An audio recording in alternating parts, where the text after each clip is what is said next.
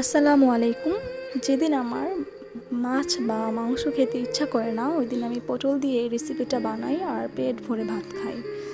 তো রেসিপিটি রান্না করার জন্য প্রথমে আমি পটলগুলা ভালোভাবে কেটে আমি একটু হালকা তেলে ভেজে নিয়েছি। তারপর চুলায় একটা কড়াই বসিয়ে আমি সামান্য একটু সরিষার তেল দিয়েছি। রেসিপিটা সরিষার তেল দিয়ে করলে একটু বেশি মজা হয়, তাই আমি সরিষার তেলটাই ব্যবহার করলাম। আপনারা চাইলে সয়াবিন তেল ব্যবহার করতে পারেন। তো আমি একটু পেঁয়াজ দিয়ে, পেঁয়াজটা যখন একটু ভাজা ভাজা হয়ে গিয়েছিল, তখন আমি একটু হলুদ মরিচ দিয়ে একটু পানি দিয়ে মশলাটাকে কষিয়ে তারপরে সামান্য একটু লবণ দিয়েছি, কারণ আমি যখন পটলটা ভেজেছিলাম তখন কিন্তু আমি লবণ একটু ব্যবহার করেছি, তাই আমি এখানে সামান্য পরিমাণ লবণ দিয়েছি। আর পটলগুলো দিয়ে মশলাটা যখন কষানো হয়ে গেছে, পটলগুলো দিয়ে আমি আর একটু 5-6 মিনিট কষায়ে একটু সামান্য পরিমাণ ঝোল দিব, বেশি দিব না।